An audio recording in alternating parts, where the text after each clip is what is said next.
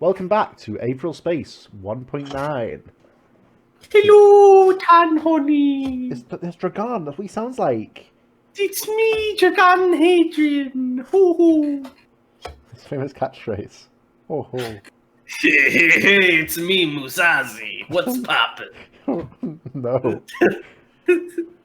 Not my boy. Skipper just makes frog noise. Ribbit. What are we here Well to do, done, Darnell? Skipper. We're not here to destroy the voices. We're here to read Aetheral Space Aetheral Space 1.9. I wrote this on a lunch break at work. One away until we get to 2, right? Yeah. Sure, you can think that. Yo, gata. Finally. Let's get into it. Musashi's eyes scanned through the press release on his script, his mouth a thin line of displeasure. Dragon Hadrian? A defector? How had that occurred? It wasn't that he doubted the press release exactly. The Supremacy personnel who had written it had no doubt worked hard, but the concept itself didn't seem to make sense to him. If the kidnapping had actually been the pre-planned extraction of a spy, why had Dragon struggled so? He'd had the will to survive. Musashi had seen that. It wasn't something that could be faked. You're all right, kid. I see. Inside you, the will to survive. Then the fucking title starts thinks he's a much better judge of character than he is. I know, I feel so bad for Musashi. There were 3 kinds of people in this world. That's better than the fucking there are 2 people in this world trope. There are 3 kinds of people in this world, as far as Musashi saw it. Those who didn't want anything, those who wanted to survive, and those who wanted to win. Please don't do that again. The natural course of a life was to progress from apathy to survival to victory. Wouldn't they start at survival, then victory, then apathy? Because No. doesn't apathy usually come when your base needs are taken care of? Well, I guess not in his worldview. Those who wanted to succeed, succeeded. Those who yet didn't were stepping stones until they were able to wake up and start to climb themselves. Those who wanted to survive would fight for it. Musashi had seen that desperate struggle before. He couldn't recall where. Well, okay. And so he was able to recognize it at a glance. True and honest fighting for one's continued existence. And yet, the Supremacy had revealed that Hadrian was a spy, recruited by the UAP and tasked with infiltrating the admin corps. So Musashi must have been mistaken. He knew that he wasn't the smartest. He'd been told that more than enough times. That was more than possible. And yet, he was so sure. And yet he shouldn't be. See, this is interesting because on one hand, Musashi has developed a very fine sense for these types of things and his own justice and thoughts. But on the other, he literally views the Supremacy as always right. So there's a conflict of his worldviews here. Officer Musashi, said Prescott politely, hands clasped behind his back. The light-haired man smiled genially as Musashi turned to look at him.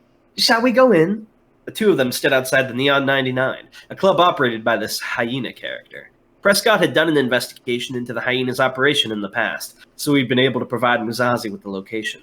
He debated bringing an entire squad of soldiers with him, but had decided against it. He wanted information more than anything else at the moment. Right, said Musashi, nodding, pulling himself back into the present. Yes, of course. Forgive me, I was lost in thought. Of course, said Prescott, and with that he strode through the entrance, Musashi following after him. The club was empty. Maybe they didn't get much business at this time in the afternoon. Music still blared from half a dozen speakers, though, each high note making Musashi wince involuntarily. Strobing patterns ran across the walls and floor, huge designs of extravagant cars and scantily clad women. It was as if the building itself was dedicated to the ideal of sensory overload. Prescott seemed to know where he was going, walking through the venue with purpose, so Musashi simply followed after him. They passed through the empty entrance into a bigger chamber, a circular room designed around a silver statue of a peculiar-looking wolf in the center. Its face was locked into a furious snarl as lights danced around its body. Grotesque, muttered Musashi. You think so? Musashi looked up. The speaker sprawled over a couch in a corner of the room. It was a man that Musashi recognized from this photograph. It's your favorite guy, yeah? So, you've arrived! He doesn't sound like that. What's he sound like again? I forgot the voice. He's like a weird guy. His pitch-black eyes regarded Musashi, the bright green pupils out of their centers lazily drifting over his face. That's right, I think I made him like Roswell. You don't like my statue, the hyena continued. Don't care for it. It doesn't catch your fancy. His voice had that peculiar quality unique to Umbrans, as though two people were speaking just slightly out of sync with each other. Oh, hey, I kind of had the right idea. Umbrans could change their voices, of course, but this was what they always defaulted to. Musazi looked the statue over again. If he was going to properly discuss it, he needed to fully take it in. He cupped his hand with a chin. It seems off-model for a wolf. The proportions are incorrect. A wolf? The hyena snickered, a harsh sound like cracking wood. That's a hyena, friend. Home beastie. Never seen one before. Never laid your eyes upon one of these boys. I never have, said Musazi truthfully. If that's the case, I can't comment on its quality. Forgive me. The hyena gave him a straight... They are awfully fucking invested in the statue. The hyena gave him a straight... I think Musazi took it much more seriously than intended. Forgive me. Prescott spoke up from his position behind Musazi. Prescott. This is Special Officer Atoy Musazi, sir. He's investigating the Dragon Hadrian situation. Musazi nodded. Prescott had done right to speak up, and his manners had been impeccable. Even when speaking to a criminal, one should be respectful.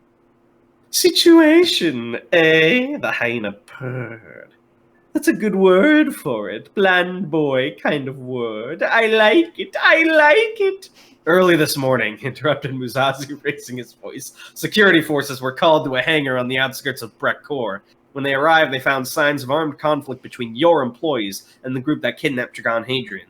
The corpse of a pugnant that worked for you was recovered from the scene, along with the leader of the kidnappers. I want to know what your men were doing there. Excuse me. Nahina raised his eyebrows. My employees, associates, compatriots! What makes you think these tragic gentlemen worked for me? I am a businessman, Mr. Musazi. An entrepreneur. I mean no disrespect to my employees. They are loved, adored, but I have great trouble, great difficulty seeing them fight anything worse than a pile of paperwork. They are office boys, you see. So the man was intent on playing dumb. Musazi narrowed his eyes. It's common knowledge that the Squimo character worked for you. Common knowledge? Gossip of the common folk. Show me on my employee database where this Mr. Guimo is described, if you please. Musazi nodded. That was simple enough. Prescott, he said, turning to his companion. He would like to see where Guimo is described on his employee database. Prescott glanced away uncomfortable, finger tapping the screen of his script. He, isn't, sir. Unfortunately. Damn. It was very fortunate for the hyena that was the case, or else the situation would have been embarrassing for him. Yeah, he doesn't quite get that he said that because he knew he wasn't. If there's nothing else, friend, said the hyena, leaning forward, a nasty grin on his face, could you please leave my place of business, my abode of commerce? Customers usually start arriving around this time. Prescott smiled sympathetically. We'll just have to do a little more outside investigation, sir. Sometimes it turns out that... Musazi stepped forward and, in less than a second, was upon the hyena, holding him up by the collar, luminescence's sharp edge resting delicately against his stomach. The man choked out a protest. Green pupils dilated to tiny dots of terror. Moving quickly was easy for a toy Musazi.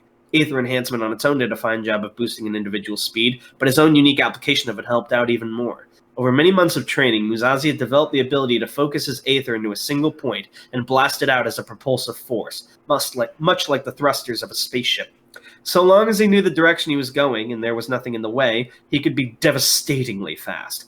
Plus, there were other tricks he could pull off, but it seemed they weren't needed today. Mr. Musazi! Cried out Prescott. Please contact security, Prescott, replied Musazi. I'm going to require a prisoner transport. Excuse me. His hand flew out in a blur of a moment, thumping the hyena in the head mid-snarl. The crime lord's, I assume head, all to the side, tongue sticking out, his expression now the very picture of unconsciousness. Musazi dropped the man to the floor. Simple solutions were always the best.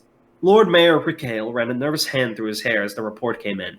If it wasn't coming from his own flesh and blood, he would hardly have believed it. The hyena was the reason he... Wait, is the hyena his relative? No. Oh. Don't worry. The hyena was the reason he'd been able to rise to his current position. The one who had kept the daggers out of his back. He owed them many, many debts many times over, and there was no way he would be allowed to forget it. Hell, the hyena owned him. And this special officer sent by the minister had assaulted him in his own establishment, disgraced him, brought him in, an unforgivable insult, and one that would be attributed to Raquel. He groaned at his desk, face in his hands. His office, looking out over the great city of Brettcore, was probably the most expensive room on the planet. But right now it felt like a dingy prison cell. What could he do? Apologize? No, the hyena did not forgive. Oh, he's like anonymous. Normally, Raquel could just offer the offending personnel up on a platter, but arranging the execution of a special officer was something far beyond his capabilities. Could he perhaps have the hyena killed? Arrange for an officer to strangle him in his sleep, or for a malfunction of the interrogation equipment? No. Raquel had no doubts that the hyena had a system set up to ruin him should the crime lord mysteriously pass away. He was done then, either way. Either the hyena would reveal what he knew of Raquel's crimes and the supremacy would kill him, or he'd stay quiet to do the deed himself later. Damn it! He slammed a fist down into his desk, the heavy sound of the impact echoing throughout the room. It seemed hopeless, he knew, but he couldn't give up. He wasn't dead until the moment he stopped thinking. A Lord Mayor could certainly be brought down by the testimony of a crime lord, but what about a minister?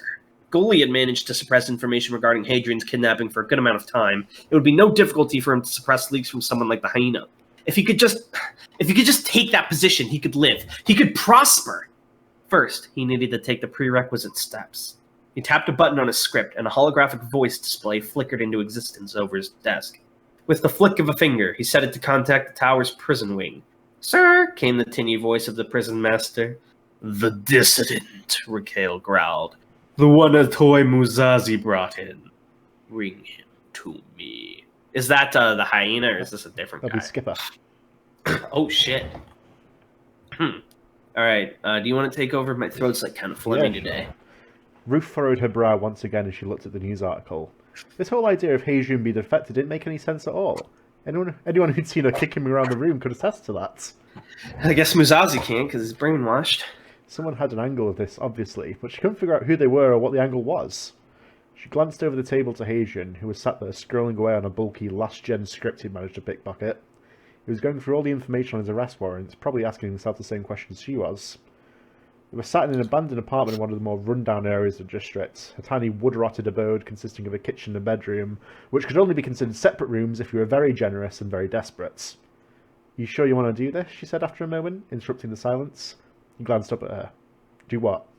"Work together on this. I don't know if you remember, but I kind of beat the shit out of you a day or two ago." Hadrian scowled. "Oh no, sorry, I forgot." "Really?" "No!" he snapped. "Not really." "So you don't want to work together then?" Is Ruth kind of stupid?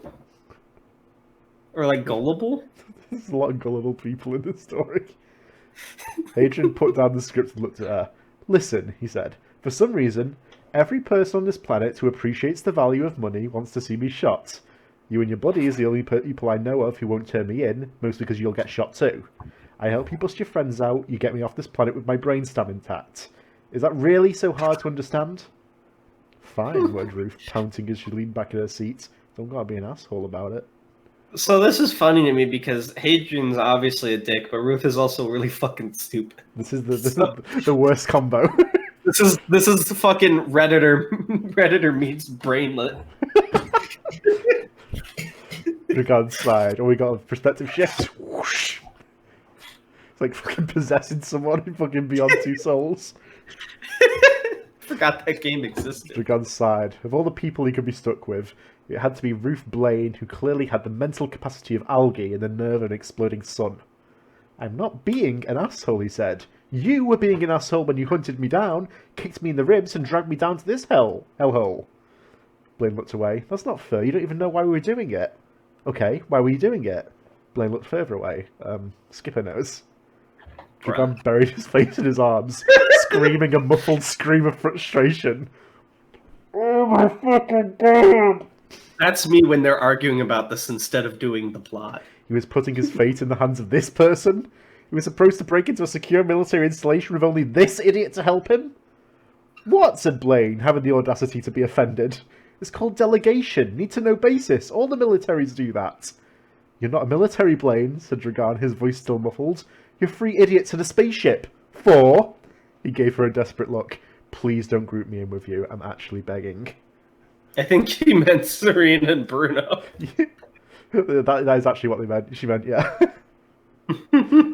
Blaine glared at him, an expression that was growing quickly and unfortunately familiar. She crossed her arms. Okay then, if you're so smart then, how are we supposed to bust into this tower? Like you keep whining about it's got like 1,000,000 guards.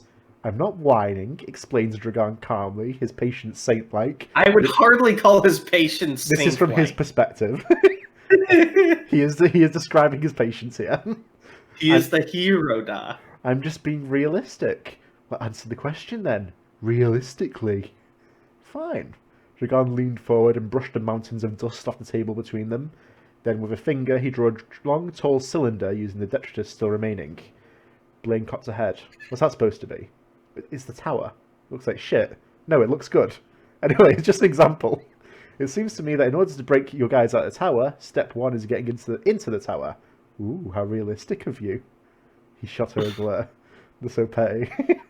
To get into the tower... this conversation has made me hate both characters so much more. To get into the tower, we're going to need disguises. The all-over kind of armor the security officers were, ideally.